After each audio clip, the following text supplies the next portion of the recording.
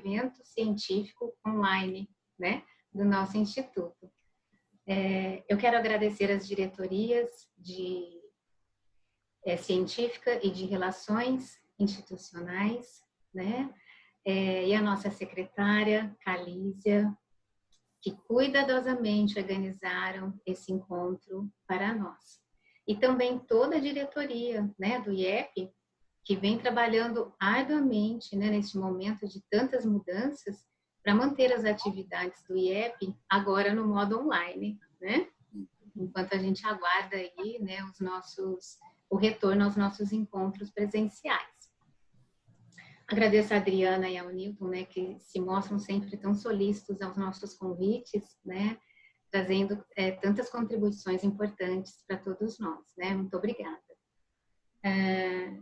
Eu penso que nesse momento, né, diante de tantas incertezas e medos que estamos vivendo, nos percebemos carentes, né, necessitados de escutar, né, de sermos escutados, buscando nessas escutas, nesses encontros, novas possibilidades para pensarmos, né, para sermos criativos, num esforço aí grandioso para nos mantermos vivos psiquicamente em meio a tantas emoções turbulentas vividas nesses últimos meses, né? E a psicanálise nos possibilita novos encontros, né? Escutas diferentes. E eu acredito que seja por isso que estamos todos aqui hoje, né? Como o Newton e a Adriana colocaram, né? Em plena sexta-feira à noite, né? Em busca de um novo encontro, né? De novas possibilidades. Então vamos agora, né, escutar o que a Adriana e o Newton têm a nos contar sobre tantas incertezas, né, que estamos vivendo nesse momento. Obrigada, pessoal.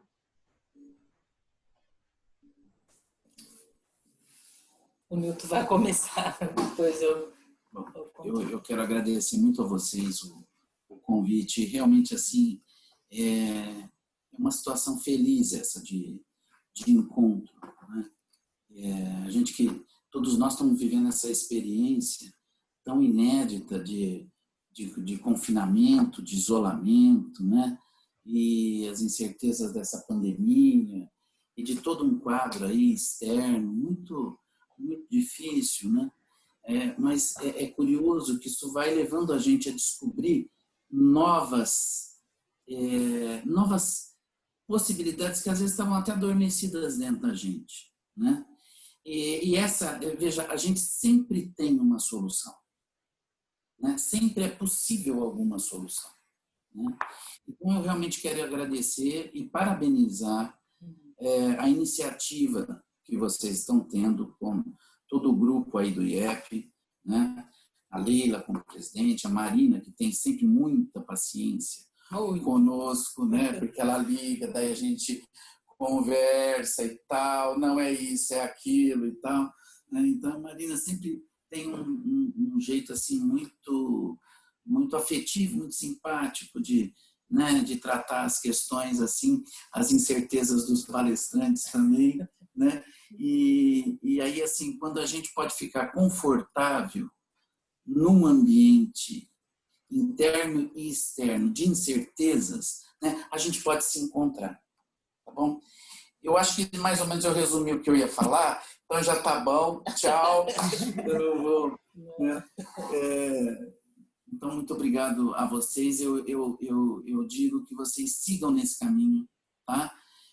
Não tenham medo de fazer isso, não tenham receio, e quanto mais a gente faz isso, mais a gente vai melhorando, vai se aperfeiçoando, vai criando novas formas, novos contatos, sabe? Novas ideias, e a possibilidade online é realmente assim, é uma forma de baratear custos, de conectar mais pessoas, entende? De ter um registro da atividade, né? Então, tem suas desvantagens, né? Mas tem suas vantagens também, tá certo? Bom, agora, parar de falar um pouquinho o texto, né? Eu escrevi um texto que eu divago muito, e às vezes eu fico muito conversador, e é melhor ter o superego assim na sua cara, que já está ali o negócio sistematizado, né?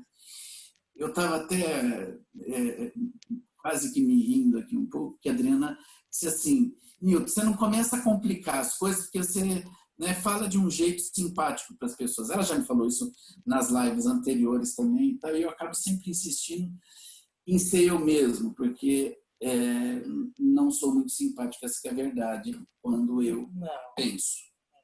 Tá? Então, e aí eu fiquei pensando no que a Adriana tinha me dito mais uma vez, né? E eu pensei assim, bom, eu decidi que em respeito a vocês, eu não iria facilitar. Não que eu acho que isso aqui seja assim muito... Eu tentei explicar, mas eu acho que é um respeito quando a gente considera a capacidade do outro de pensar, mesmo que ele não possa entender tudo e tem dificuldades. Mas depois eu passo também o texto para vocês, vocês vão ter o vídeo gravado, as pessoas podem acessar e vai ter o texto também, eu passo para vocês, ok? Então, eu peço licença e desculpa para vocês que eu vou ler, né? E aí vamos conversando.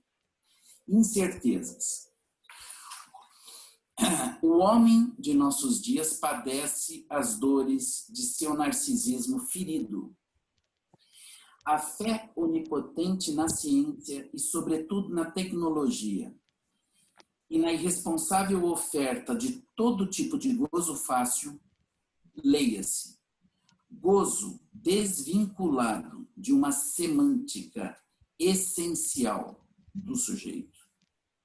Agora, transformado em objeto mercantil, repentinamente se viu questionada e obliterada. Um minúsculo vírus foi capaz de colocar toda a humanidade de joelhos, como o fez outras vezes com nossos antepassados. Fechou fronteiras, comércios, indústrias, lazeres. Paralisou as economias do mundo todo. Reacendeu sentimentos e frustrações reprimidos na sociedade. O mundo da política, a nível global, que já apresentava graves sinais de esgotamento de muitos de seus paradigmas fundamentais, deu um nó. Radicalizaram-se ainda mais as posições, onde as pessoas se entendem tanto quanto numa torre de Babel. Ou seja, não se entende. Ninguém compreende o que o outro está falando, todo mundo quer falar ao mesmo tempo, todo mundo acha que tem razão. Né? De súbito, 3/4 da humanidade viu-se obrigada a trancar-se em suas casas e como se estivéssemos na Idade Média. Os empregos evaporam-se dia a dia e o medo da carência material ronda ameaçadoramente. Quem de nós não tem, ou teve, ou terá essas angústias? Né? Na esfera dos discursos, outrora elemento simbolizante por excelência e fornecedor de um sentimento de continência, a realidade já não pode ganhar significado e ser elaborada porque o falso e o verdadeiro se sobrepõem e se confundem. Isso aqui é um conceito, tá, desenvolvido por semiologistas e sociólogos lá de Buenos Aires, que se chama pós-verdade. No texto eu vou referenciar isso tudinho, não vou ficar aqui dando referência bibliográfica. Tá? Mas essa ideia de pós-verdade é o seguinte, não importa o verdadeiro ou falso, se uma notícia é verdadeira ou falsa, importa aquilo que se diz. Né? E aquilo que se diz toma o lugar do fato. Esse é o conceito, assim, muito toscamente falando, de pós-verdade. Tá bom? Bom, então, onde o falso e o verdadeiro se sobrepõem e se confundem. E a palavra perdeu sua essência de significante, portador de um significado para tornar-se oca e efêmera. Essa é a condição da palavra na pós-verdade hoje. E é por isso, é esse fenômeno que a gente vê das fake news e tal, né? Isso não é um fenômeno de uma corrente política ou de outra, é um fenômeno mundial, né? Bom, não expressa a palavra, não expressa mais a tradução do fato, né? Como experiência psicológica do real, né? Como transcrição, né? Da experiência psicológica do real, que efetua sua inscrição num registro simbólico, né? Meio pelo qual a mente, o registro do simbólico, né? É o meio pelo qual a mente pode se apropriar, né? E acomodar internamente, né? Uma experiência tanto interna quanto externa, né? E aqui, para os fins disso que nós estamos fazendo aqui, eu coloquei que ela pode acomodar internamente a experiência de invasão pelo mundo externo, tá bom? Mas é preciso que vocês saibam que essa condição de, vamos dizer, do mundo interno ser afetado pelas pulsões do mundo interno e pelas fantasias do mundo interno também ela é relevante. Bom, desapossado em certa medida do recurso simbólico, o homem contemporâneo vive o acontecimento. Isso também é um termo criado pelo Berenstein, que é um dos teóricos da psicanálise vincular, e que a Adriana vai contar para vocês um pouquinho o que é o acontecimento do Berenstein. Que é ela que entende profundamente estuda bastante isso. O acontecimento, me colocou numa fria, né? O acontecimento, né, é algo da ordem do momentâneo, do instante, do ocasional, né? E não do trauma, porque eles fazem um contraponto entre trauma e acontecimento. Trauma seria algo que se passa de repente, mas que quebra uma continuidade, que quebra uma linha de estabilidade, de desenvolvimento. O acontecimento não está na lógica da linearidade, está na lógica da rede, os fatos, eles são da interconexão, da interconectividade das coisas, né? É um acontecimento do aleatório, né? Então não traz uma novidade, mas não é uma ruptura, né? É nesse sentido, né? Se você quiser ler de novo.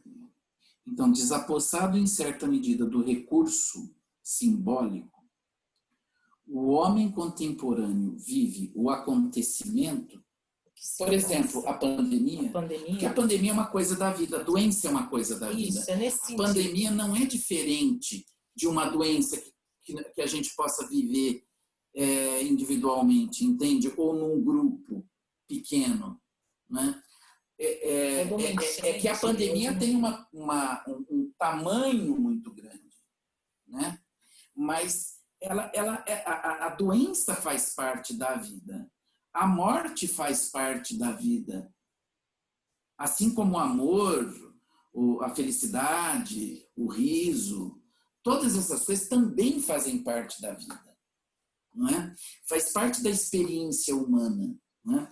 Mas o problema todo é que, eu vou explicar melhor isso, é que hoje nós vivemos qualquer acontecimento que minimamente nos desestabilize, ou que nos tire dessa linha idealizada de segurança e de certeza, nós vivemos como muito excessivo, como uma quebra de grandes proporções e que, então, a gente vive como um registro de excesso.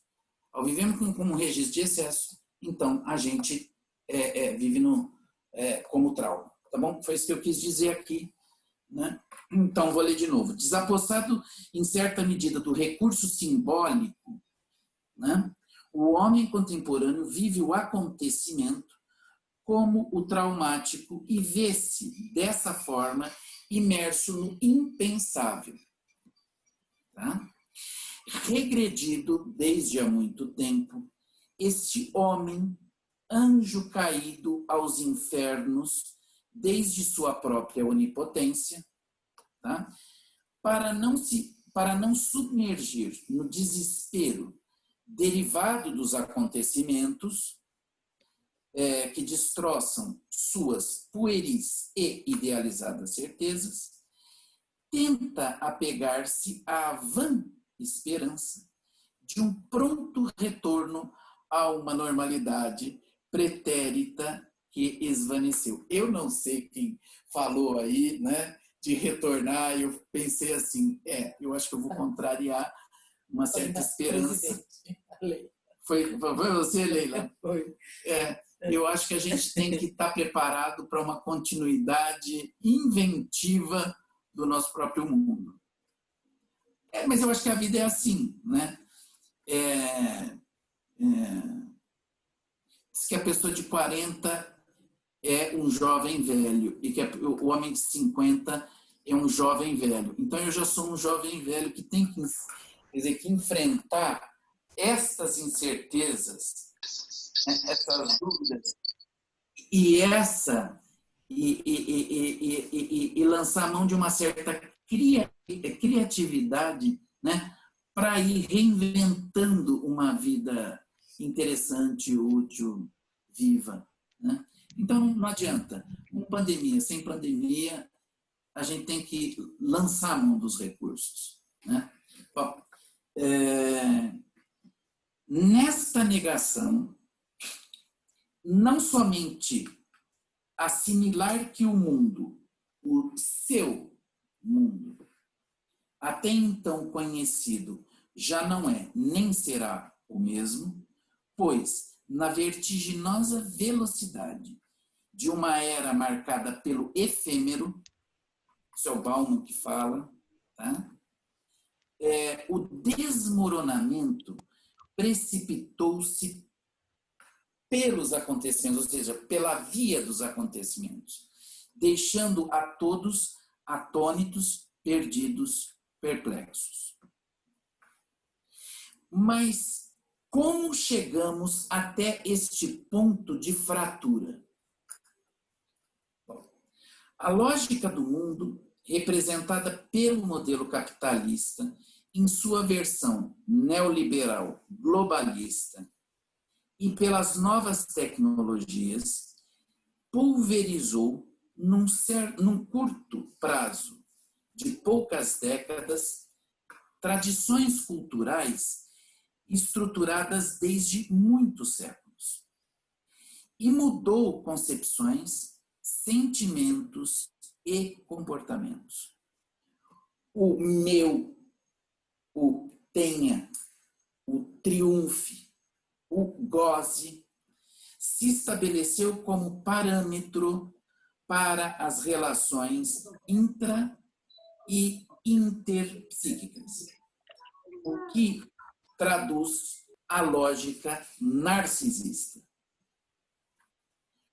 O desmonte do suporte continente dos garantes da tradição cultural aniquilou aquilo que eu vou chamar aqui de experiencial emocional. Eu que estou chamando, eu inventei esse termo.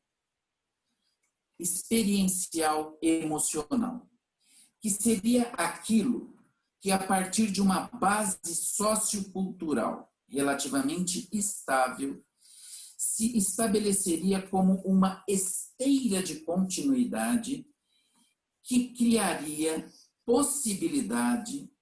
a possibilidade de um encadeamento, de inserção, de inscrição das experiências emocionais, quando eu falo experiências emocionais, eu estou dizendo no sentido do bio, e que se refere sempre à experiência emocional do sujeito, e a experiência emocional internamente vivida, né? Ou internamente elaborada, experimentada, né?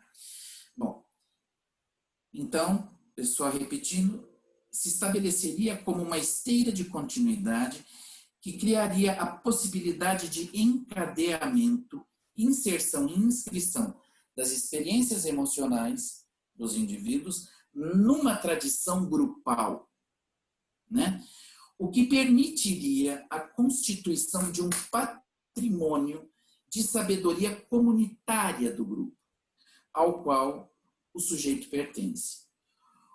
O nosso, aí, entre aspas, agora eu vou começar a brincar um pouco com os pronomes, tornou-se atualmente pronome excluído do mundo do sujeito, que se vê convertido em indivíduo consumidor. Pensem na lógica narcísica, tenha isso em mente. O qual, fora desta condição alienante de sua subjetividade, inexiste. Ou seja, se ficar o bicho pega, se correr o bicho come. É isso que está colocado para o homem contemporâneo, né? O sujeito contemporâneo, assim, é um sujeito esvaziado de si, porque privado da experiência do nós. O nós aqui representa o interpsíquico. Nós aqui, né? E do nosso, que tem o caráter de cultura e, portanto, do transpsíquico. Me olhou feio. Falei alguma coisa errada? Surgiu o superego aqui. Hã? Eu não estou falando de transmissão psíquica, embora isso se relacione. Eu sei que você olhou por causa disso, né? Não. E do nosso, né, que é o transpsíquico. Porque quer dizer, o conhecimento que a cultura contém, ele também é transmitido. É isso que eu estou chamando de transpsíquico. Ele é transmitido pela via da cultura, pela via da tradição, que se relaciona muito íntima e dialeticamente com o mundo interno. Né? Isso aqui, o pessoal tem estudado muito isso, como é que isso se dá, né? É uma questão complexa, mas a gente sabe que há algo aí nesse sentido. Tá? Então, e do nosso, o transpsíquico,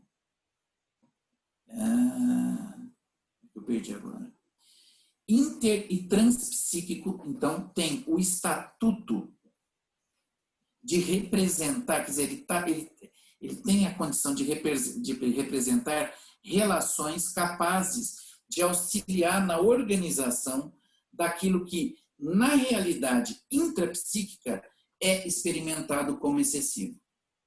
Está dando para acompanhar? Ou ficou confuso? Tem umas cabecinhas chacoalhando que sim.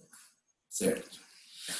A este sujeito restaria, então, o insuficiente, rígido e frágil eu narcísico. O sujeito indivíduo, porque eu estou fazendo uma conexão com esse sujeito da filosofia também. Quer dizer, é o sujeito da psicanálise numa conexão com o sujeito da filosofia. Esse sujeito tornado mercadoria. E curiosamente, numa dupla posição. Ele é consumidor e mercadoria ao mesmo tempo. Né? Então, uma espécie de sujeito mercantil. Né? O sujeito indivíduo mescla de eu ideal com ideal do eu, não se percebe como possuidor de uma identidade relativamente constituída e sábia. Talvez não se perceba como real e verdadeiro. Parece sentir-se, como disse, vazio e inexistente, quando não pode ser permanentemente gratificado. Essa é a lógica narcisista. Né? Porque não existe sujeito psicológico que não se constitua a partir de uma relação com o outro. Existe bebê sem mãe? Vocês já viram um ser humano falar inglês sem nunca ter tido contato com a língua inglesa? A língua inglesa só existe porque tem um outro que fala. Não é? Quer dizer, a emoção só se constitui em algo útil, simbólico, constitutivo, na medida em que ela pode encontrar um significado, e esse significado, sobretudo no início, vem do outro. Também não vou fazer a lista dos autores que falam isso, mas são muitos. Né? Então,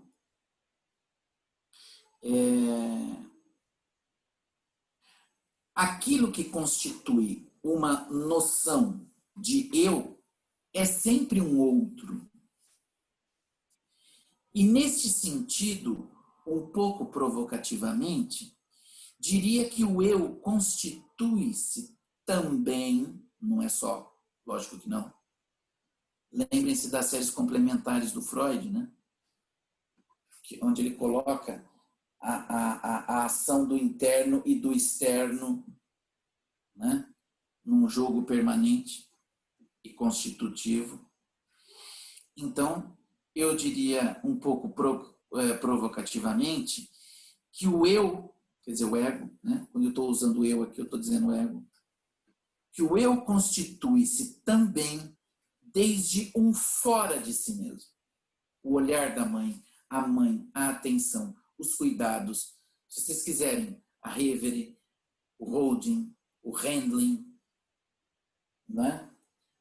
Tudo isso aí. As ausências da mãe. Um outro que chega, um ambiente, elementos externos também imponderáveis, por exemplo, a fome, a doença, né? E por aí afora.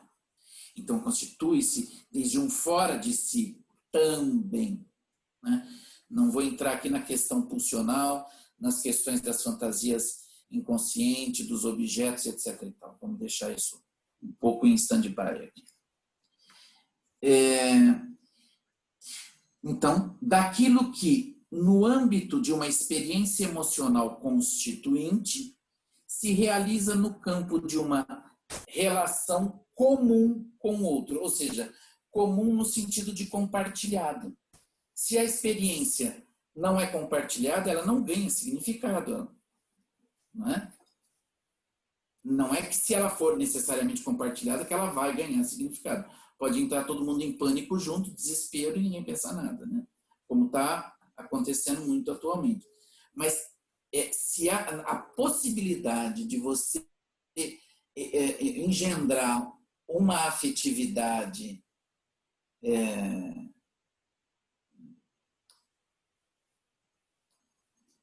constitutiva, vamos dizer assim, está neste comum, né?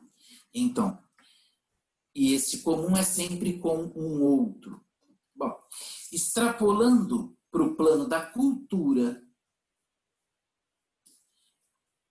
este será, portanto, o valor fundamental da comunidade. Uma experiência de pertença, da qual o sujeito contemporâneo, ao que tudo indica, está em grande medida privado. A gente não vive mais comunidade. Entende? Nós vivemos, no máximo, grupelhos, né? Mas o sentido de pertencer a uma comunidade, por exemplo, tradicional, está cada vez mais raro. Não estou dizendo que ele não exista, mas está cada vez mais ausente, né, do nosso modo de vida. Numa experiência de comunidade, o nós e o nosso são mais importantes que o eu e o meu. Atentem a esses pronomes, eu peço para vocês. Então, ela transportada para o plano pessoal, essa experiência de comunidade é capaz de tornar mais essencial o mim que o eu. Eu vou explicar. Explico. Mim é pronome pessoal do caso oblíquo, a propósito de sua função gramatical de complemento verbal. Complemento verbal. De objeto e de voz passiva na frase. Eu, diferentemente, é pronome pessoal do caso reto. E sua função na frase é de sujeito do verbo. Aquele que realiza a ação. Portanto, pertence à voz ativa. De forma analógica, então, essas duas formas pronominais expressam duas posições diferentes no âmbito da experiência do sujeito. Uma seria mais próxima da experiência individual, pessoal. Outra, mais próxima da experiência grupal, eu, outro. Comunitária e, por fim, cultural. Ao ser agente da voz passiva, o mim, sendo aquele sobre quem se age,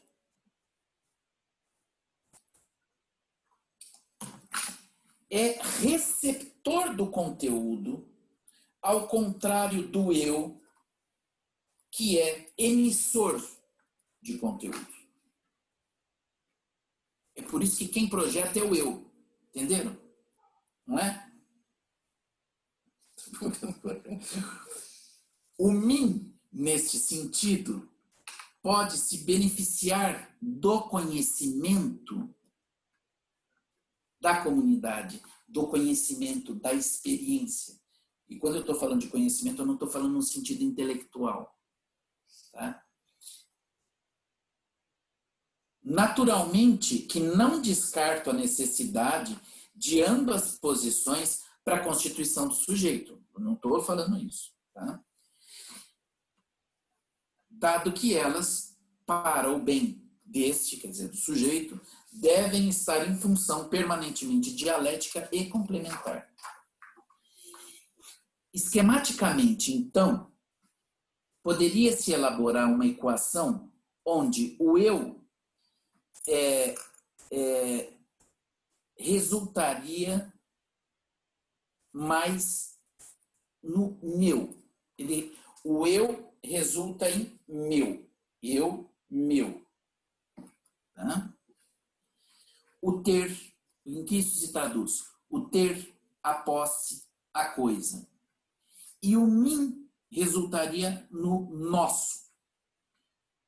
Portanto, com o simbólico, com o transcendente, com o outro e com a sublimação. Só existe a sublimação porque existe uma comunidade. Se você não tivesse o outro, você não precisava sublimar. No plano do meu, o sujeito está só, e como o rei Midas, empobrecido, carente e frágil. No plano do nosso, ao contrário, o sujeito sente-se acompanhado, amparado e enriquecido afetiva e simbolicamente. Será também a partir da dimensão do nosso que a vivência de assolamento pelo externo instrumenta-se para ganhar significados. Fora dela, restaria ao sujeito o titânico trabalho de contar exclusivamente com seus recursos internos, tendo que fazer tudo sozinho. Será possível isso? Bom, com tudo isso, penso que a incerteza passou a ser o signo dos nossos tempos. Em Além do Princípio do Prazer, Freud diz que o princípio do prazer decorre do princípio da constância. Só para... Às vezes o pessoal não é muito familiarizado com esses termos, esquece e tal. O princípio da constância, né, é usado para expressar a tendência do organismo, da mente também, de manter a homeostase. Né? Ele fala disso lá no projeto, depois ele vai falando outras vezes, mas desde faz muito tempo o Freud fala disso. Quer dizer, para manter a homeostase, então, tudo o que é sentido como excesso precisa ser descarregado.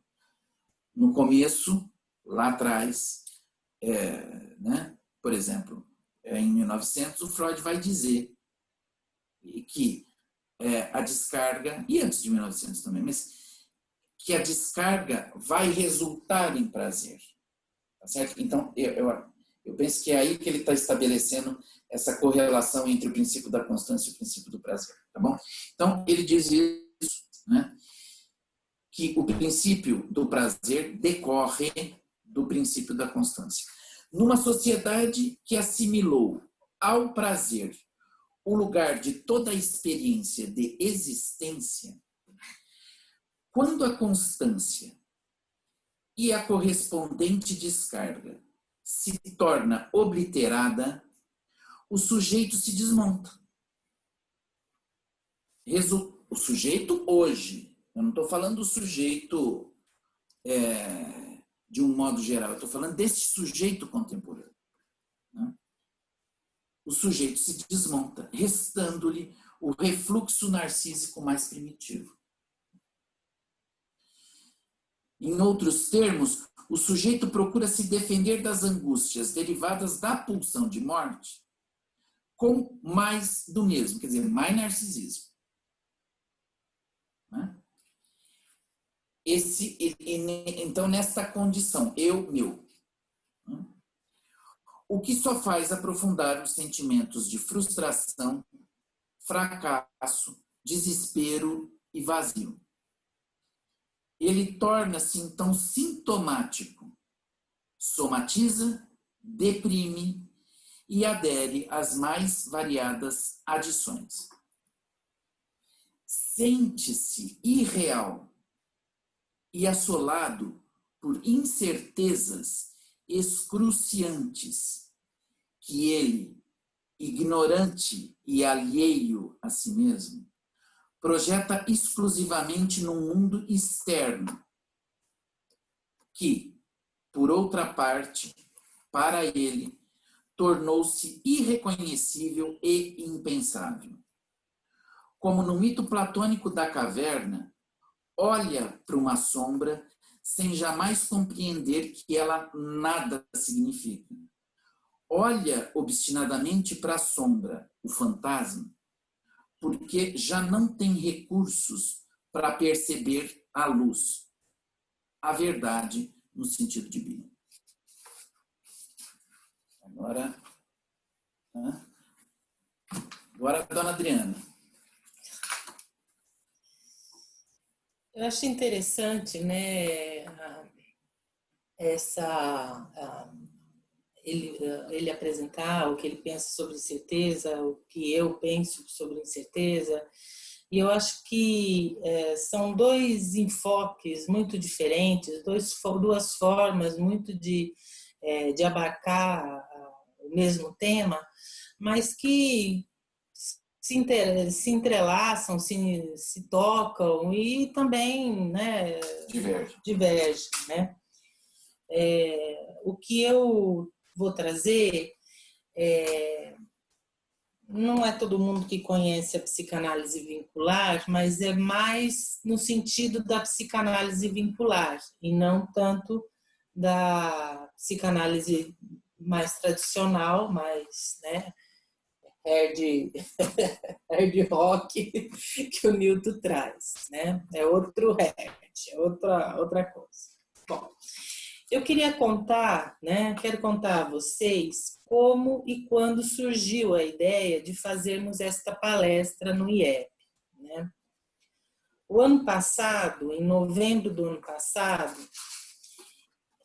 liguei para a Ana Flávia, né, que ela era, nesse então, quem estava cuidando do minicurso que eu estava ministrando no IEP, e disse que para o ano que vem gostaria de contribuir, sim, né, com o IEP, mas com outros temas, né, algo fora da psicanálise tradicional, né, falar, tipo assim, sobre pós-verdade, né? Big Data, mundos superpostos, era o que eu queria, né? Por mais que nesse momento eu estivesse tendo uma intuição, né? Isso era novembro, né?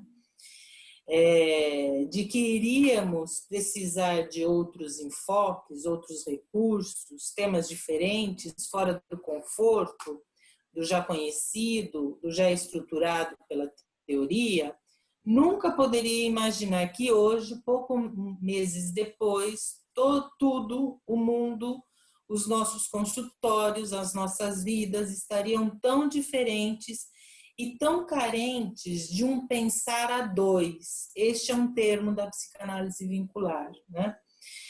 Um pensar a dois, a três, a centenas, né? Ou seja, carente de um pensar em conjunto. A ideia do que trazer para a discussão de hoje, ainda assim, se modificou.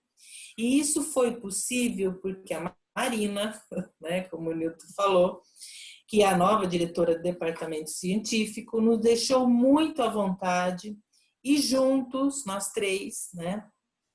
Acho que a última vez a gente conversou 1 hora, né, com a Marina, coitada, alugando a orelha dela por 1 hora para ver o que ia falar. Né? Isso eu acho que é um resgate legal que você fez. É. Porque o tema dessa conversa de hoje, ele foi um consenso de 3. Foi. Ele não partiu de mim, da Adriana ou da Marina, foi um consenso. Então, assim, tem que dividir o negócio. A Marina tinha que estar sentada aqui, né? A gente estaria todos de máscara. A gente desinfeta e senta aqui. Bom, então, nos deixou muito à vontade e juntos tentamos captar o momento em que estamos mergulhados e o tema incertezas nos pareceu extremamente adequado. Para falar sobre incertezas, eu vou usar alguns filósofos, algumas percepções pessoais e principalmente o que a psicanálise vincular nos traz de novo para ampliar nossa condição de pensar o homem e as relações. A incerteza e o medo andam de mãos dadas, bem como outras emoções que abarcarei no decorrer da minha fala. Mas sobre o medo, Bauman nos diz que, com certeza, ele é muito mais assustador quando difuso, disperso, indistinto, desvinculado, desancorado, flutuante, sem endereço nem motivos claros. Parece o vírus do Covid, né? Quando nos assombra sem que haja uma explicação visível, quando a ameaça que devemos temer pode ser vislumbrada em toda parte, mas em lugar algum pode vê-la. Medo é o nome que damos às nossas incertezas, nossa ignorância da ameaça e do que deve ser feito, do que pode e do que não pode, para fazê-la parar e enfrentá-la, se cessá-la estiver além do nosso alcance. Ou seja, é neste mundo de medos, ameaças, ignorâncias que estamos mergulhados atualmente. Foi isso que nos trouxe a pandemia. Né? Ela trouxe isso. Né? A percepção do quanto somos frágeis, ignorantes, dependentes uns dos outros e estamos mergulhados num mundo incerto, bem distante daquele mundo idealizado, controlado, previsível, onde nos pensávamos donos e senhores do nosso destino. da satisfação dos nossos desejos, onde as ações e as consequências poderiam ser dribladas, contidas ou mesmo iludidas. Lucien Febvre resumiu de forma clara e em poucas palavras a era moderna, ou seja, o século XVII, como sendo a era em que o sentimento que prevalecia era o medo sempre em toda parte. Na escuridão, tudo pode acontecer, mas não há como dizer o que virá. A escuridão não constitui uma causa de perigo, mas é o habitat natural da incerteza e, portanto, do medo. Já a modernidade, até a primeira metade do século XX, poderia ser definida como um grande salto à frente, para longe desse medo, na direção de um mundo livre do destino cego e impenetrável, e que é a estufa dos temores. Dizia Victor Hugo, chegará o tempo, né, que é interessantíssima essa fala dele, chegará o tempo do fim das surpresas, das calamidades, das catástrofes, mas também das disputas, das ilusões do parasitismo e, em outras palavras, um tempo livre de toda a matéria que são feitos todos os medos. E é nesse projeto de abolição de todas as incertezas e de todos os medos que viemos trilhando incansavelmente até a nossa era, a pós-modernidade, com previsões, informações, dados, computação, mais informação, big data, até chegarmos ao cúmulo de acharmos que, devido a isso, nada nos poderia atingir. Em nossa ilusão desejo, né, podíamos tudo, controlávamos tudo, igual ao super-herói ou aos super-heróis de múltiplas, igual a um super-herói. E os super-heróis se multiplicaram de toda forma. Super-Homem, Homem de Ferro, Mulher Maravilha, os Vingadores. Estes são os dos filmes, mas tem os da vida real. Os triatletas, os corredores de maratona, os corpos com nada por cento de gordura, que podem ser jovens, adultos, velhos, mas todos adictos a deter o envelhecimento e a obter vida saudável. Em suma, a driblar o medo da morte, da dependência, da incerteza, de qual será o futuro. Estamos flertando com a possibilidade de nos tornarmos até transhumanos. Basta um chip implantado no cérebro e podemos controlar a cegueira, a surdez, a falta de memória, ampliar nossos conhecimentos e habilidades. Todos podemos ser empreendedores liberais, investidores, youtubers, celebridades, fotógrafos. É só ter um iPhone 12 que você é fotógrafo, né? E com isso driblamos o medo de nossa fragilidade, finitude, solidão, vulnerabilidade. E de repente aparece este vírus, invisível aos olhos, ao tato, impossível de ser imaginado, e faz com que todas essas estratégias que nos traziam a ilusão de controle, certeza e de ter dominado a escuridão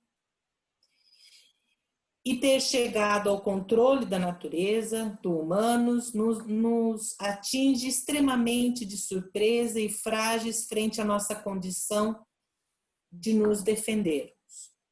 Não há um remédio, um exame, uma vacina, um protocolo. Como é possível que só a restrição social, como há 100 anos atrás, possa nos proteger? Acredito que o que estamos vivendo atualmente, o medo da morte, que tanto driblamos, mas a incerteza que sentimos agora é diferente daquele que o ser humano já vivenciou em tempos passados. Não estamos na mesma condição que na modernidade ou na Idade Média, né? Porque nossa experiência pregressa não é a de desconhecimento e falta de controle. Há poucos meses atrás, estávamos mergulhados numa vivência maciça de controle, ou ilusório controle, de um driblar constante da morte através de antibióticos, cremes, exercícios, dietas, onde nos sentíamos super-humanos com nossos carros, viagens, e o tempo era vivido hiper rápido e nossos desejos quase sempre eram realizados. E se isso não acontecia, criávamos uma fake news de nós mesmos, postando fotos e fatos inventados pelo nosso desejo e imaginação.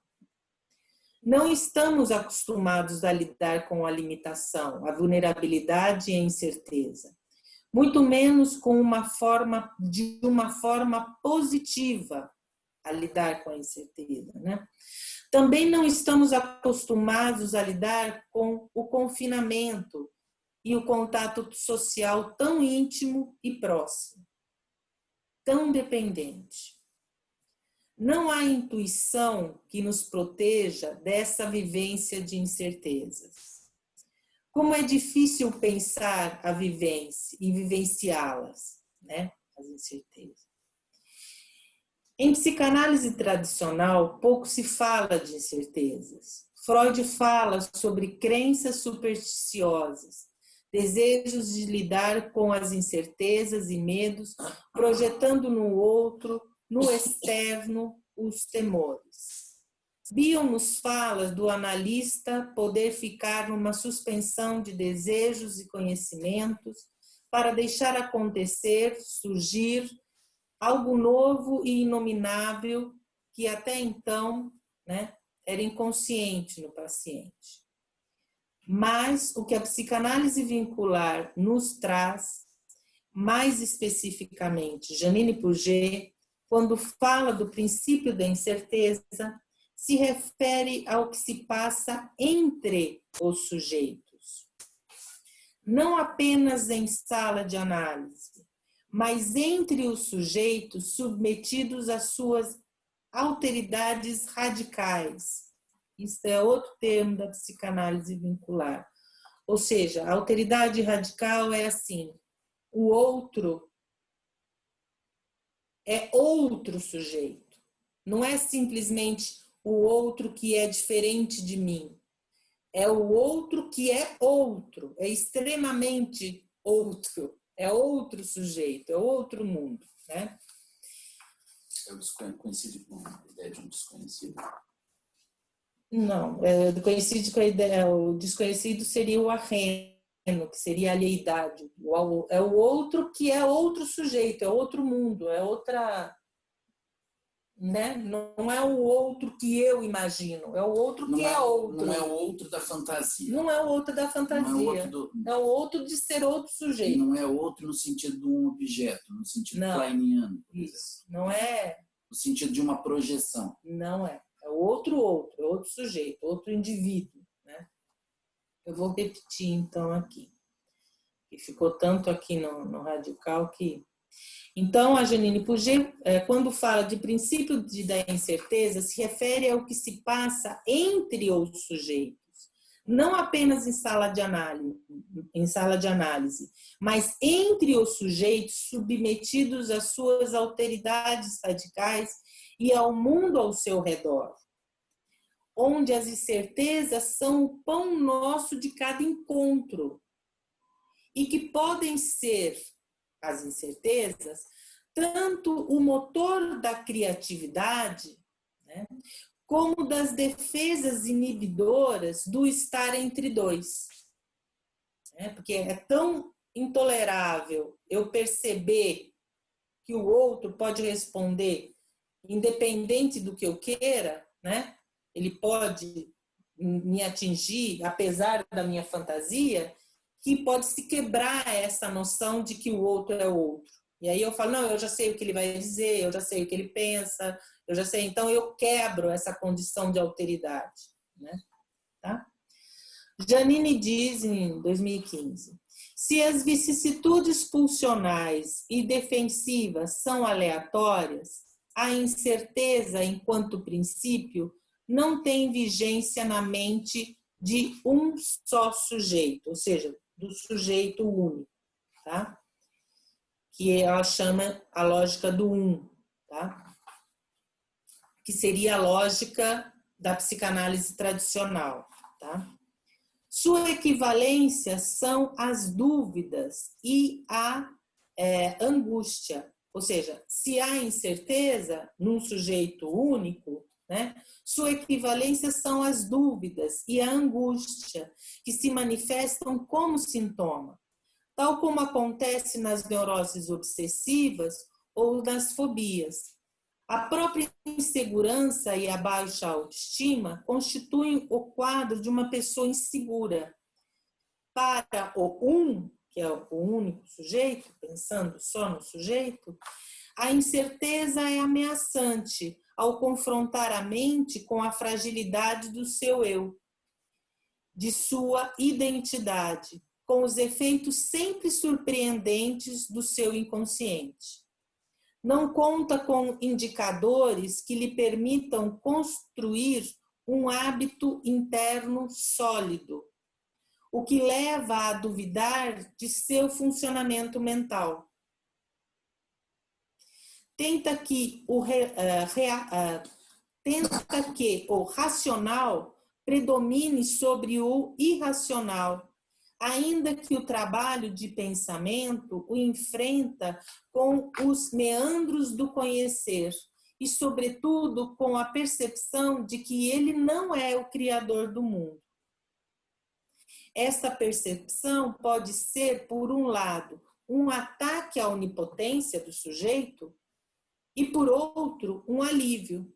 E já que não sou eu que crio o mundo, eu não me responsabilizo pelo que acontece. Pelo resultado. Pela Covid. Pela Covid. Covid na companhia. Já na lógica do 2, na perspectiva vincular, a incerteza e a incompletude não se mostram apenas no que nos faz humanos, mas também se vivencia outra incompletude, aquela que nos fala da impossibilidade de poder manter a sua identidade imune ao encontro com o outro, ao trabalho vincular. O reconhecimento procurado não será dado ao reconhecer-se a si mesmo em relação aos seus traços identitários, mas sim precisará do outro ou outros que lhe devolvam, não o si mesmo, não o que ele mesmo pensa dele, mas sim um olhar desde a alteridade e alheidade do outro.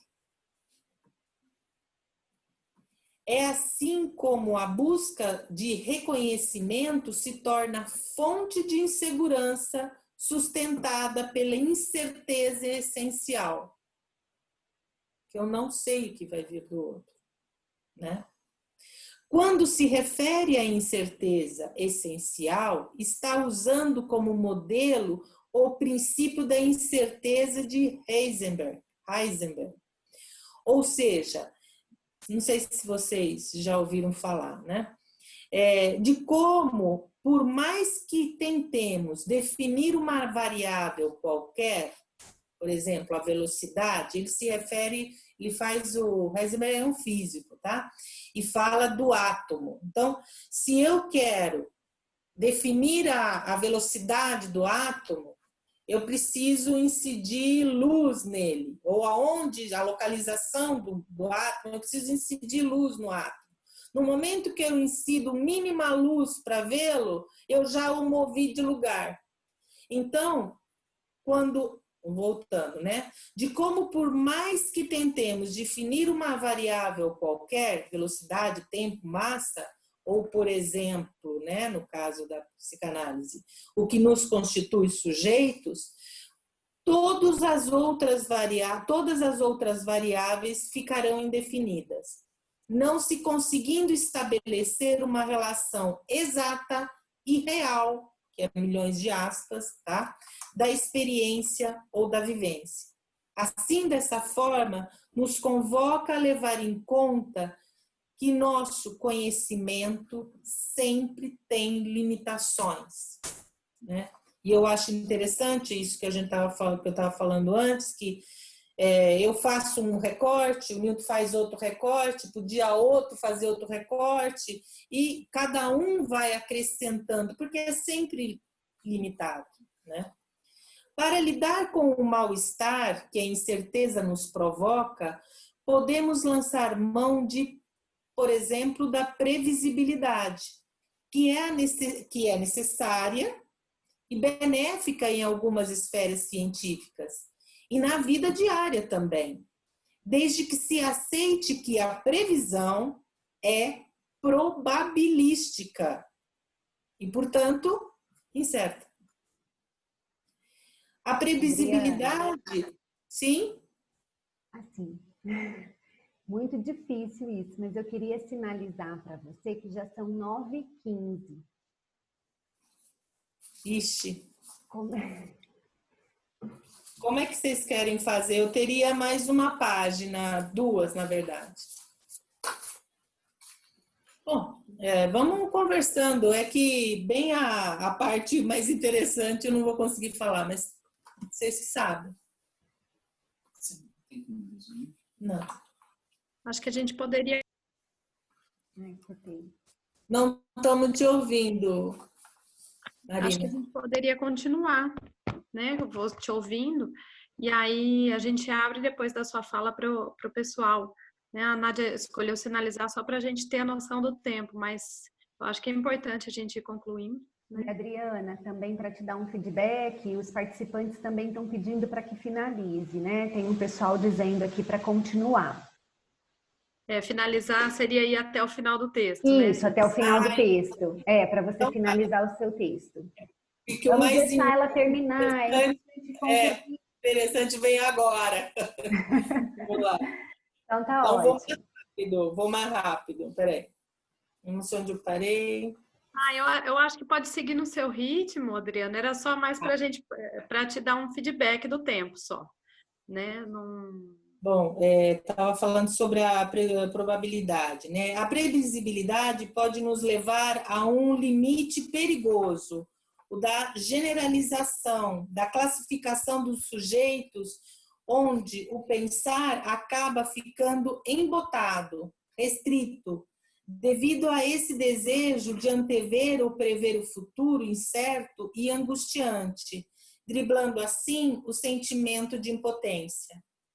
A incerteza pode ainda mobilizar a ideia de que ela existe, de que se ela existe, é fruto de falhas, do não conhecimento, e que dessa forma não deveria existir. Como não saber quando virá o pico da pandemia? Quantos mortos iremos contabilizar? Quais as sequelas que advirão ao sujeito acometido de Covid-19? Haverão? Outro recurso, entre aspas, que também pode ser usado são os contratos, os combinados, que tentam consolidar garantias, resguardar a confiança.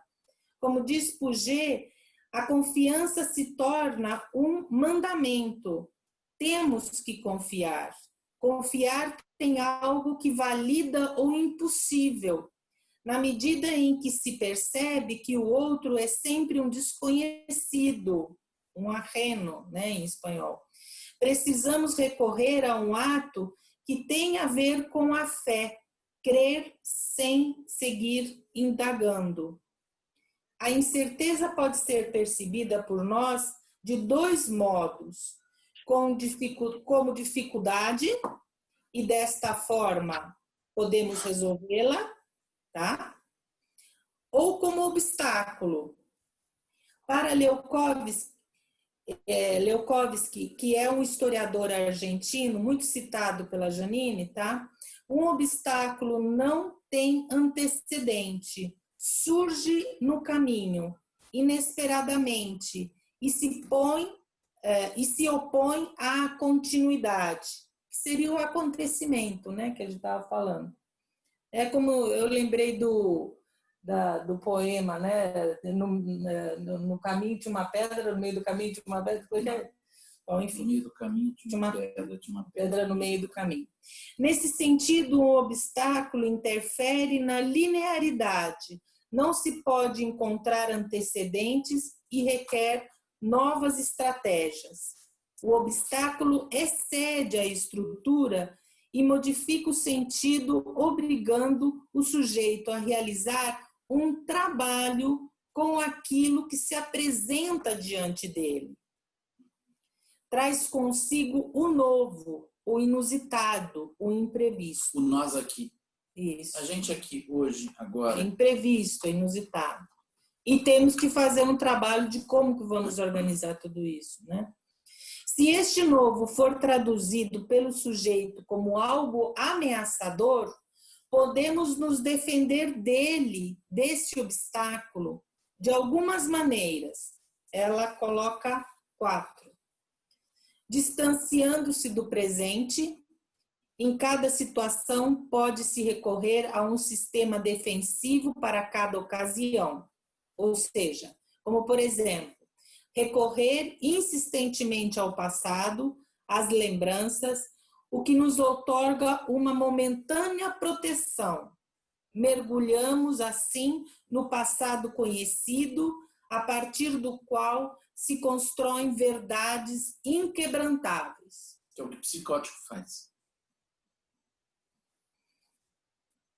No discurso dele. No discurso dele.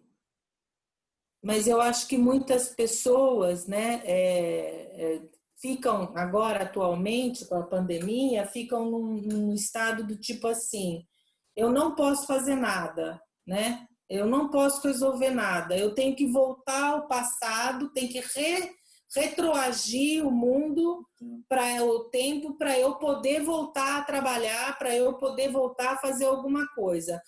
Enquanto agora eu só estou na recordação do que eu perdi e esperando que retorne o que eu perdi. Não vai retornar o que perdeu, né?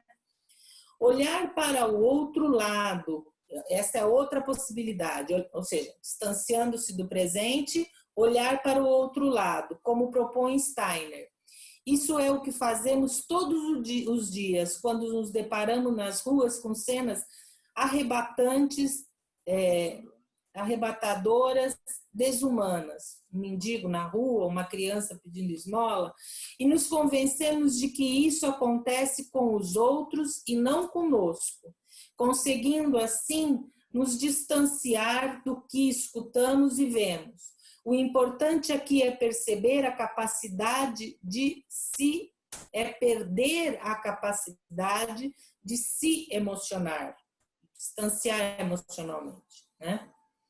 A terceira, restringir a área de interesses vinculadas com a pertença social, fazer parte do social, ou seja, não se entender parte da comunidade e refugiar-se em estratégias individualistas para fugir de estados de ameaça e ansiedades provocados pela ameaça que sente.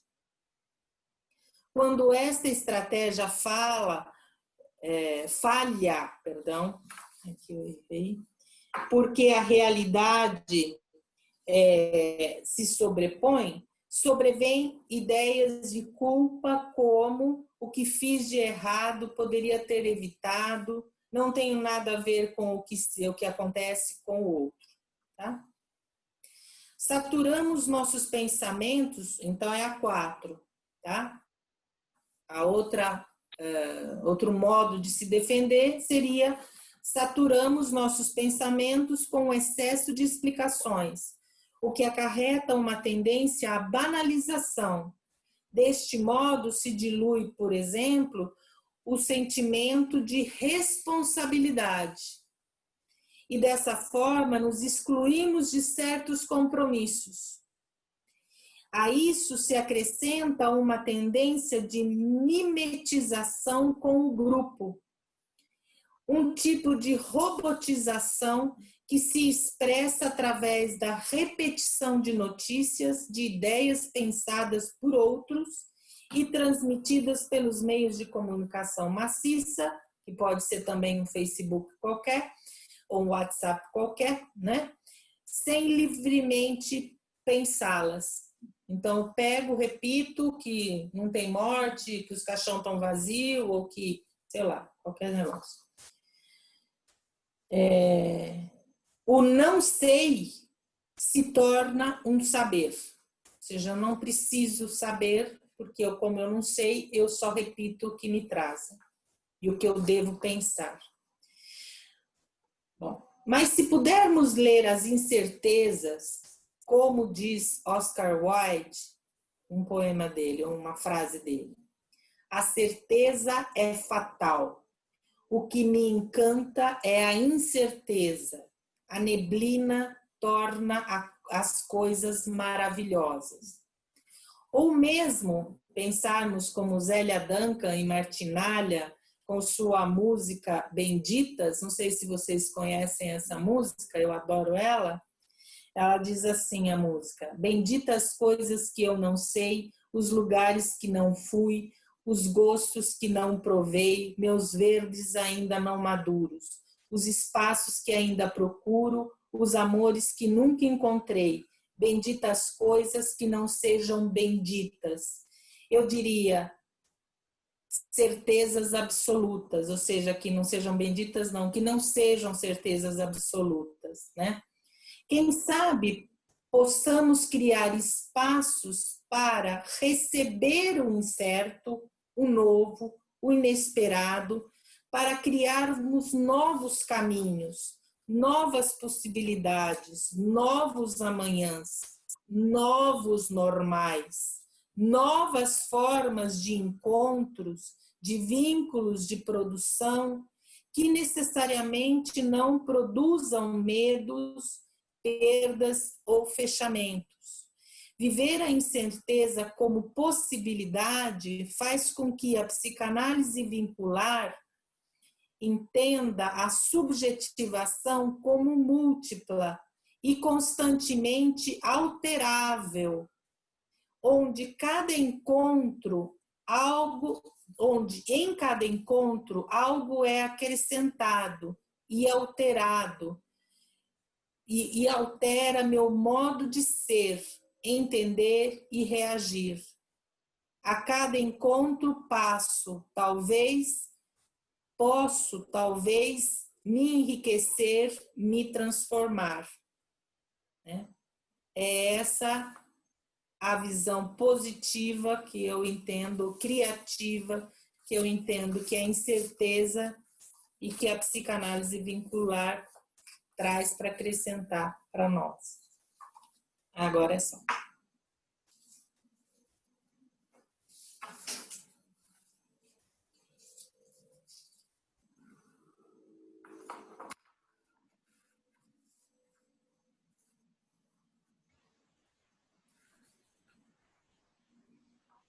Obrigada, Adriana. Obrigada, Newton. Eu queria ler umas coisinhas aqui antes de abrir para a pergunta, que foram mandando, né, no decorrer da palestra. A Gisele falou que estava ótimo, que deu para acompanhar. A Ana Flávia também, no comentário que você iniciou antes do texto, disse: Adriana, veio antes do que imaginávamos. Foi uma intuição.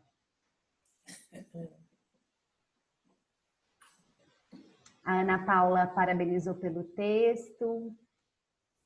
E quando a gente sinalizou o tempo, houve outras sinalizações aqui, né? Dizendo que estava ótimo, que vocês precisavam de continuar,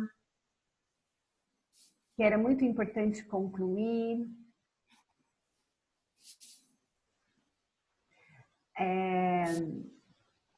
A Ana Flávia está dizendo que é muito esperançoso. A Thaís Bovo, incrível, que reflexão enriquecedora. A Janaína Piovesana, tá, muita gratidão a estes 2 mestres que só nos enriquece com suas incríveis contribuições. Muito obrigada, abraços. A Roseli coloca reflexões profundas e maravilhosas, obrigada. A Fátima, parabéns Newton e Adriana, contribuições valiosas. Bom, não tem nenhuma pergunta, nenhuma dúvida, nenhum acrescentar, nada? Uma questão? Espera aí que entrou uma grande aqui. Ah, então pronto. O Christian Gabaldi, vou ler, tá? Quanta honra poder participar de reflexões tão profundas. Gostaria de contribuir nessas reflexões. Não sei, mas durante a explanação me veio a lembrança de que o ser humano, desde o seu nascimento, já vem ao mundo marcado pelas incertezas da vida sem conhecer, saber ou compreender o real sentido da existência e até mesmo a compreensão sobre o seu, abre aspas, estar e ser no mundo, fecha aspas.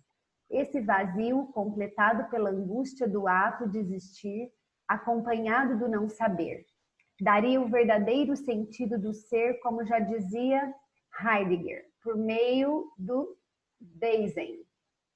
Ou seja, o nosso ser no mundo. Talvez tenha chegado o momento... Oi? Não. É que não entendemos o nome. É o Dasein que você está falando? Dasein, Ah, tá.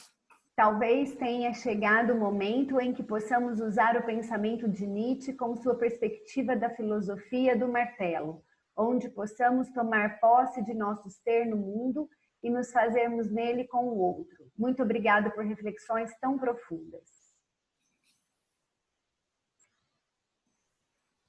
Rose, posso seguir?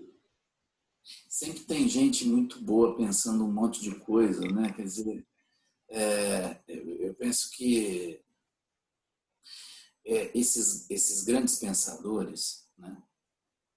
Filósofos, grandes analistas e tal, né? Eles evidentemente sempre partiram desse ponto do ponto da incerteza, da dúvida, né? O incerto, né? A única certeza, o único que nós temos de certo são as nossas incertezas, né? Na verdade, a frase não é bem essa, né? Que a única certeza, a frase é que a única certeza que nós temos é a morte, né? De modo que todo o resto são incertezas. Quer dizer, o problema é que a gente brinca de Deus e acha que não temos incertezas, né? Todo pensamento emana dessa angústia, né? Da incerteza, né? Das incertezas, né?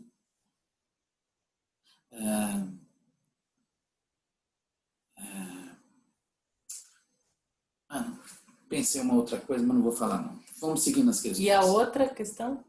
É mais agradecimento mesmo. A Rosilane agradece pela iniciativa, né, ao IEP e pela oferta nesta noite com os 2 mestres. A Carolina disse que foi muito enriquecedor e agradece também a Adriana e o Newton.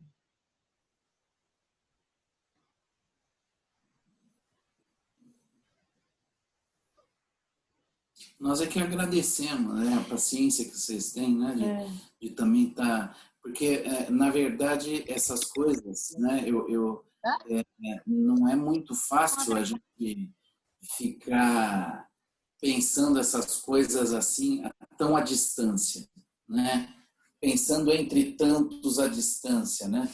Nós estamos tentando aqui, todos nós que estamos juntos aqui nesse momento, todos nós estamos tentando nos reinventar para fazer isso aqui funcionar. Nós somos criados num modo, né, à moda do encontro presencial, da presença, né?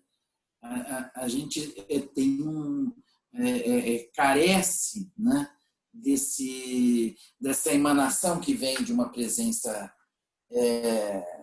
outro, né? Mas de uma presença concreta também, né?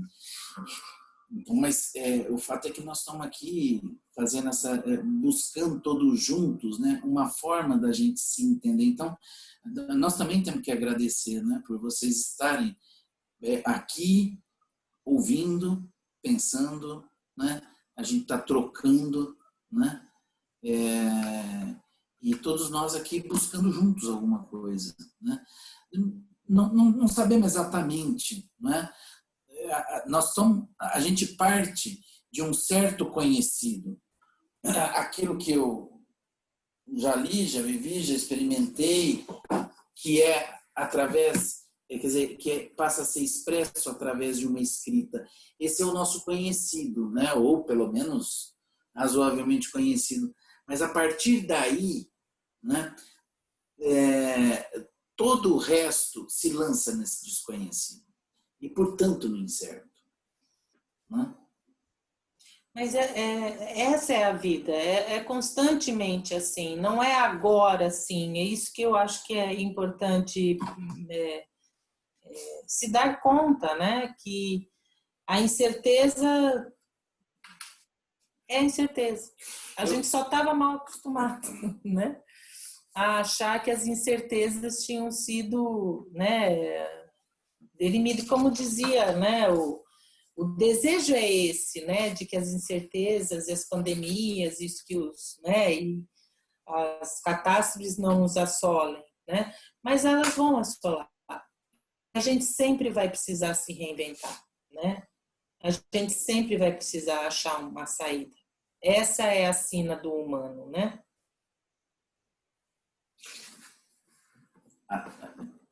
Quando a pessoa pensa, né, e constitui um mundo idealizado, e que, portanto, não é o mundo humano, essa pessoa ela está muito movida por alguma coisa que é capaz de destruir o humano, né? Que é a pulsão de morte, porque no fundo, quando você quer algo que não é humano, você mata o humano. Se isso não é pulsão de morte, eu não sei o que é, né? Quando a gente aspira à imortalidade, né, nós aspiramos ao não humano. Então, eu acho que se manifesta aí um desejo de não humano, não é? A recusa da incerteza, e eu não digo que não dói a incerteza, ela dói muito, né? A recusa da incerteza como se não devesse fazer parte do humano, do mundo humano,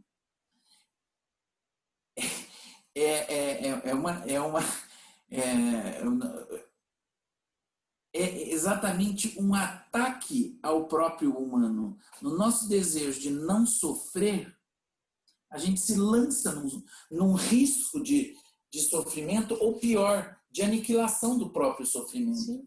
Pois se você não tem sofrimento, falta, você não tem algo que te lance para frente, que te constitui, que te coloque diante da necessidade de se constituir e de se reconstituir. Né? Não sei, aí vocês que sabem. Se já tá Adriana, bom. Newton, tem aparecido algumas perguntas aqui. Tem umas 4 perguntas. A Roberta, né, agradece primeiramente a vocês dois. E aí ela diz que sempre me fazem pensar por aqui, né? Fiquei aqui instigada com um pensamento. Como é difícil a gente ter continência para suportar por um tempo prolongado a dúvida, como que estamos vivendo agora. Penso que a algum ponto acabamos acomodando a situação, pois não há emocional que aguente. E acho que é nessa hora que relaxamos com os cuidados, inclusive.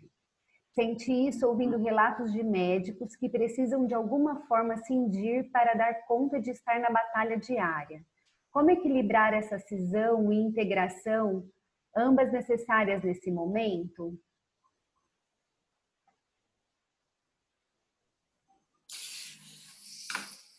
Se encontrando, fazendo parte. Quer dizer, o homem não pode viver essas coisas sozinho. Por exemplo, fazendo isso que nós estamos fazendo aqui. Né? E mais, e de fato podendo pertencer a uma comunidade. Né? Mas essa comunidade, ela precisa ter um caráter, não somente circunstancial. Ela precisa ter um caráter afetivo. E para isso ela precisa ser constituída. E isso precisa de tempo. De qualquer modo, é sempre tempo de começar. Sim. Então, agora não vou me lembrar na lista que eu assisti uma palestra da PDEBA, logo no começo da pandemia, que ela é da área do apego, não sei qual é, né? Essa teoria eu não conheço especificamente, mas ela trabalha muito com médicos em hospitais, não sei o quê. E aí ela diz o quanto que os médicos, quanto eu diria os psicólogos que trabalham com essa coisa, que estão na linha de frente, né? Precisam de uma rede de apoio, que é isso que você está falando. Ou seja, de um grupo aonde conversar, aonde contar, um grupo de apoio afetivo, né? Aonde intercambiar, aonde significar, né? Porque essa continência, pessoal, ela tem um limite. Claro. Dali para frente eu preciso do outro. Supor que eu tenha todo o conhecimento, ou toda a condição, ou toda a bondade para lidar com o mundo, vasto mundo, é ignorar que se eu me chamasse Raimundo, isso seria uma rima e não seria uma solução. Ou seja, porque é isso, é limitado, né? Por mais que o Milton tenha falado muita coisa por um sentido do narcisismo, do isso, daquilo, e eu tenha falado da psicanálise vinculada, das relações, existe um mundo de outras coisas que não foram abarcadas aqui. Né? E de coisas, por isso que na psicanálise vincular a gente fala pensar a dois. O pensar sozinho tem uma gama de limitação, tem uma limitação, mas o pensar em conjunto, pensar a dois, traz uma condição muito maior. Né? Por isso porque não só porque o outro te acrescenta e você acrescenta o outro, mas porque em função de estarem juntos, um associa com o outro, um instiga sem saber, né? O outro. Né? Por isso que essa palestra, né, eu vou contar, né, que vocês colocaram no ar, em 2 horas estava lotada, porque graças a que a Marina ficou com a gente 1 hora conversando, ou seja, juntos conseguimos captar o que estava se passando, conseguimos juntos, que eu sozinha, ou que ele sozinho, ou que a Marina sozinho, não teriam conseguido. Né? Então, essa rede, esse pensar nós começamos a falar, a conversa num certo momento, foi assim, mas olha, era para falar disso, de tal assunto, de tal outro. Eu disse, mas Marina, eu acho que o momento está tão esquisito que eu não sinto tesão de falar, eu não sinto que cabe no momento, para mim, quando a gente falou. E a Marina e ela também ficou angustiada, depois aí ela também falou da angústia dela, a gente falou, fomos conversando a partir de um lugar do comum, entre, né? que E fala foi daí que foi vincular, saindo. né? De repente, emerge esse termo, incertezas. Pronto. Aí a angústia fez assim. Ou seja, como é que a gente lida? A gente precisa do outro. Da comunidade, do conjunto, Né? Na relação. É na relação que pode ser feita de forma estabelecida e mantida de forma honesta, sincera, né? Que a gente pode, de fato, não é não ter dúvida, não é não ter dores, né? Mas passa a ser algo compartilhado. Porque senão as defesas, elas são necessárias, né? Claro. Porque senão explode, né? Então, são necessárias. Ora eu, como eu disse aqui, ora eu volto para o passado, outra hora eu nego, outra hora me encho de explicações, outra hora me encho de conhecimento, e com isso eu vou driblando. Agora, se eu posso ter uma rede de apoio, né? Faz toda a diferença. Eu vou continuar usando as defesas, mas com uma forma mais mitigada. É por isso que eu penso, por exemplo... Alguém ia Fala, falar alguma fala. coisa? É por isso que eu penso, por exemplo, que isso acontece muito no nosso meio, né? Onde os autores em psicanálise, eles passam a ser vistos como portadores de uma verdade, de uma solução, né, de uma saída, né? E os autores, esses grandes autores, realmente são pessoas muito acima da média, né? São grandes, foram capazes de grandes elaborações, mas eles não devem ser vistos como aquele a quem eu me apego, né? A gente tem que ter respeito por Freud, por Klein, por Winnicott, por Bion, por Firenze, por tanta gente, né? Agora, a gente não deve ficar apegado a nenhum deles, nós devemos lê-los todos, né? Para que a gente possa se aprofundar no próprio pensamento deles. Sim. Né? E poder estar aberto para o novo. Porque a gente não, às vezes, tem dificuldade de fazer isso exatamente para não se abrir para as incertezas. Só que se a gente não se abre para as incertezas, a gente não aprende. E, de fato, não atende o que se passa, né? O quanto você possa ajudar o outro, né? Eu não conheço os autores da psicanálise vincular, eu não tenho uma leitura dentro da psicanálise vincular, né? Mas eu estou pensando que eu vou começar a ler agora. Né? Porque eu gosto, eu acho legal ouvir essas coisas e tal. São reflexões, são approaches assim, diferentes daqueles que eu estou acostumado, e me dá um certo desconforto que eu acho bom. Ele me dá um chacoalhão, entende? E muitas vezes me faz me sentir bastante idiota, não é? E me questionando. E o que é bom, né? Bom, a gente às vezes melhora com isso. Tem mais alguma pergunta? Sim. A Riane, ela disse que ela tem ouvido muito de pacientes relatos de que as pessoas têm falado mais "eu te amo" nas mensagens e nos encontros breves por vídeos e outros meios. Fico pensando se as incertezas, quando mais presentes, acabam por levar as pessoas a tomar mais contato com seus sentimentos, o que pode ser tanto acalentador quanto muito assustador, talvez. Acho que ela faz uma...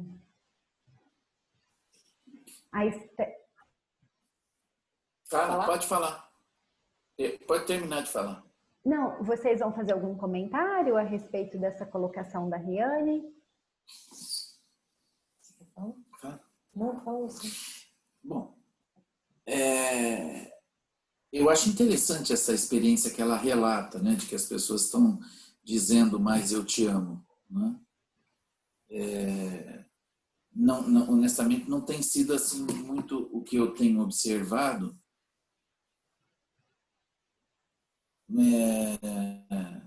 Talvez porque eu seja um pouco carrancudo, não sei, né? Eu acho que a tenho visto Rihanna, mais briga do que isso. Eu te amo. Mais briga do que amorzinho.